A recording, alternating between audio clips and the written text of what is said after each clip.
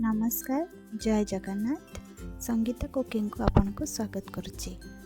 Pizza मोर गोटे बहुत favourite dish. आज मु होममेड अटारे तैयारी पिज्जा रेसिपी नहीं आसी। बाहर खाइबा अनहेल्दी होता है, सो मु आज पिज्जा को घरे बनईचे।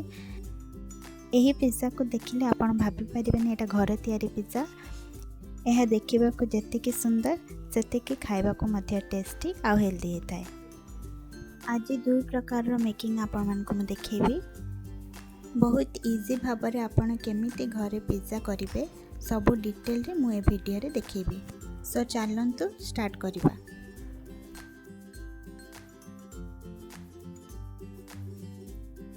फर्स्ट पिज्जा डो बनेबा पई मु एठी आटा नेछि 3 ରୁ 4 कटोरी।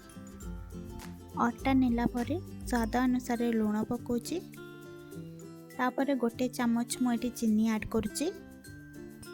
जो कटोरी रे मु आटा नेथिली सेम सेही कटोरी रे ही मु गोटे कटोरी एठी दही ऐड करुची।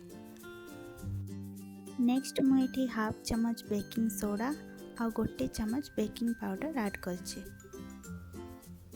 सोडा बदल रे आपण इनो भी ऐड करि परिबे। लास्ट रे मु एठी 2 चम्मच रिफाइंड ऑयल यूज करची। तापर से सब को भल भाव में मिक्स कर दोची। मिक्स कला परे मु एठी पानी ऐड करुची। एठी मते 2 ରୁ 2.5 कप पानी लागिला। आपण को माप अनुसार पानी नेबे। रोटी बनेबा को आमे जेमेते डो बने था ना ता ठारो हमर डोटी के सॉफ्ट रहिबा दरकार हेले जाय कि हमर गोटे परफेक्ट डो बनिबो।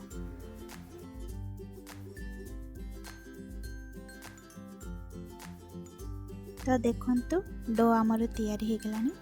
तापरे आम डो आउ टिके सॉफ्ट हेबा पई आमे आउ 2 चम्मच रिफाइंड ऑयल यूज करिबा। एबे ताको आमे भलो भाबरे आउ टिके दळिकी ताको 30 मिनिट पई घोड़े की छाड़ी देबा।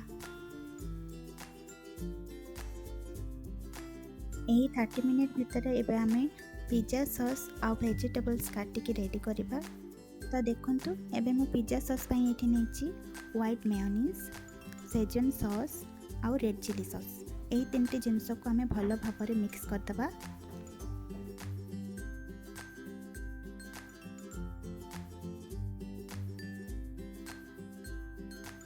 टॉपिंग्स पे मु एठी नेछि पियाज, कंचा लंका चाहिए आपण स्किप करि परिबे, टमाटो, कैप्सिकम मु एठी 2टी शेप रे कटिंग करछि। एबे हमर 30 मिनिट हे गलानी। एबे देखंतु हमर डोटी बहुत सॉफ्ट हे जिछि। आको एबे हमें आउ थरे 2 मिनिट भल भाबरे दळि देबा। तापरे हम गोल बनेबा। गोल हमर मीडियम टू टिके अधिक नेबा।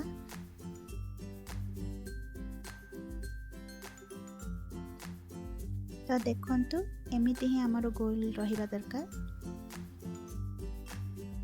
एबे मु किछि गोल बने की रेडी कर देछि। नेक्स्ट आमे बेस बनेबा। बेस बनेबा पई मु एठी आटा ऐड करूछि। देखंतु एतिकी थिकनेस रखी कि आमे बेलिबा। बेसी पतला बेलिबानी कि बेसी मोटा भी बेलिबानी। आम टॉपिंग्स बाहर को जमते न बाहर जाओ सेति पे आमे आंगुली रे गोटे राउंड शेप बनेबा। तापर गोटे कंटा चमच साहाय्य रे आमे एमिति होल करिबा। होल करिबा द्वारा हमर रोटी भली बेसटा फुली बने पिज्जा बेस भली रेडी हो जिवो।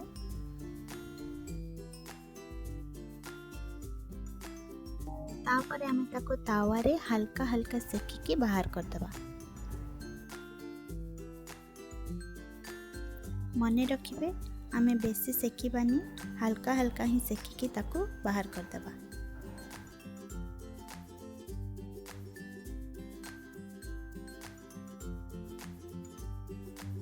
नेक्स्ट देखंतु मु जो पिज्जा सॉस रेडी करथिली भल भाव रे एठी लगी दोची।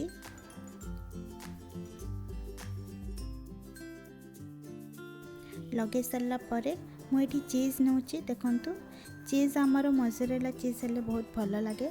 पिज्जा रे मोज़रेला चीज़ ही यूज़ हुए। मो पाखे मोज़रेला चीज़ अवेलेबल नथिला, सेथिपाई मु अमूल रो चीज़ यूज़ करछि। चीज़ ऊपर आमे टॉपिंग्स को भल भाव में भरी देबा।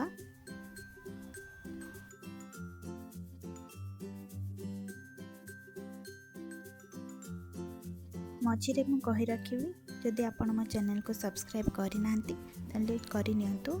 मु आगो को और भल भल रेसिपी आपण मान को पई नेकी आसीबी। पुणी मु आउ टिके चीज ऊपर ऐड करूची। परे लंबा रे कटिंग करथिबा कैप्सिकम को मु ऊपर सजे की रखि दोची।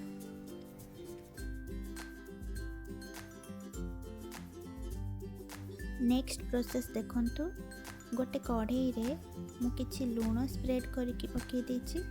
ता ऊपर गोटे पिज्जा स्टैंड को रखी दोछि। तापर हमर पिज्जा को गोटे प्लेट रे रखी कढ़ाई रे बसई देबा।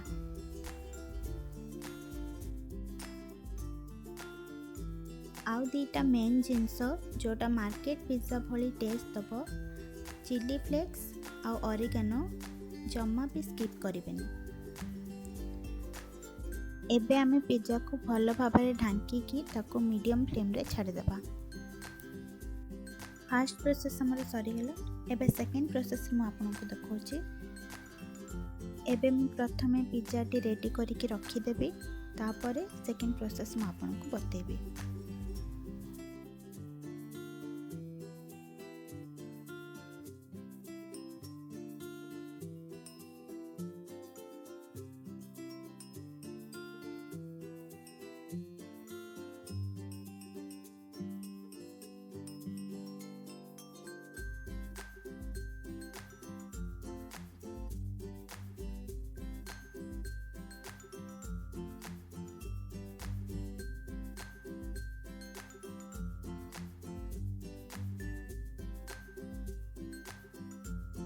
तो देखंतु पिज्जा टी मु रेडी करके रखी देछि। एबे आमे आको गोटे पैन रे टिके ऑयल लगे की ता ऊपर रखिबा। पैन रे रखिबा पिज्जा को आमे लो फ्लेम रे रखिबा आ ताको 8 रु 10 मिनिट ढांकी की छाड़ी देबा। मन रखिबे कढ़ाई रे बसैतिबा पिज्जा को आमे मीडियम फ्लेम रे रखिबा आ पैन रे बसैतिबा पिज्जा को आमे लो फ्लेम रे रखिबा। पिज्जा हमार 8 या 10 मिनिट रे हबो बोली हमर किछि माने न थाए। तो मझिरे मु एठी टिके चेक करूछि हमर पिज्जा हैला कि नै। एबे 10 मिनिट हे गलानी, तो चलंतु देखिबा। देखंतु पैन रे बसितिबा पिज्जा टी हमर पूरा रेडी हे गलानी। एबे हमें को गैस रो काढ़ी के अलगा जगह रे रखि देबा। पैन रे बसितिबा पिज्जा टी हमर कढ़ाई रे बसितिबा पिज्जा ठारो जल्दी हे के रेडी हे गला। देखंतु केते सुंदर देखा जाछि, पूरा मार्केट स्टाइल पिज्जा बनी छे। एबे कढ़ाई रो पिज्जा को भी हमें बाहर को काढ़ी नेबा। दीटा जाक पिज्जा हमर परफेक्ट हे के रेडी हे छी। दीटा प्रोसेस रे मु आपन को पिज्जा बने की देखेली। सो मोर एही प्रोसेस गुडी को आपन ट्राई करंतु। जो प्रोसेस आपन को सहज लागुचे से प्रोसेस आपन इजी भाबरे घरे बने पारिबे।